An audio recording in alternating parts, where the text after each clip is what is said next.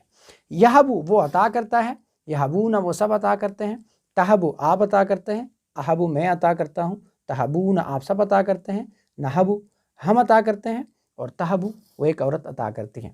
Hub عطا کر, ہبو عطا کرو, لا تہب مت عطا کر, لا تہبو مت عطا کرو, واہب عطا کرنے والا, موہوب جس کو عطا کیا گیا, وہب عطا کر. اب ہم اس کی چابیاں دہراتے ہیں. یہ پورا ٹیبل ہم نے سیکھا. وہابہ کمزور فعل تھا تو وہابہ یہ ماضی کی چابی ہیں, وہابہ اس نے عطا کیا. یہبو وہ عطا کرتا ہے, یہ مضارع کی چابی ہیں. ہب یہ ہیں امر کی چابی, کیونکہ وہابہ آپ کو معلوم ہے تو وہابہ سے وہبو, وہبتا, وہبتو, وہبتم, وہبنا آپ کو معلوم ہے. یہبو مضارع کی چابی ہیں, یہ آپ کو معلوم ہے تو یہبون, تہبو, اہبو, تہبون, نہبو آپ کو معلوم ہونے چاہیے. تو اس لیے ہم نے چابیاں یاد رکھنی ہیں, وہابہ, یہبو اور ہب. ہب امر کی چابی ہیں تو ہبو اور لا تہب, لا تہبو آپ کو یاد ہونے چاہیے. تو وہابہ, یہبو اور ہب. اس کے بعد فاعل مفعول فعل یعنی واہب, موہوب, وہب. تو وہابہ, یہبو, ہب, واہب, موہوب, وہب. یہ تھا آج کا ہمارا سبق. تو میں سے بہترین وہ ہیں جو قرآن سیکھے اور سکھائے. اللہ رب العالمین نے جو مجھے اور آپ کو اس مبارک سلسلے میں ہمیشہ شامل ہونے کی توفیق دی ہے, تو اس انتخاب پر اللہ رب العالمین کا شکر ادا کیجیے اور دعا کیجیے کہ اے اللہ یہ سلسلہ ہمیشہ میں جاری رکھنے کی مجھے توفیق عطا فرمائے. اللہ رب العالمین سے دعائیں کہ اللہ رب العالمین ہمیں قرآن کریم سمجھنے, اس پر عمل کرنے, غور کرنے, تدبر کرنے اور اس کو آگے پھیلانے کی توفیق عطا فرمائے.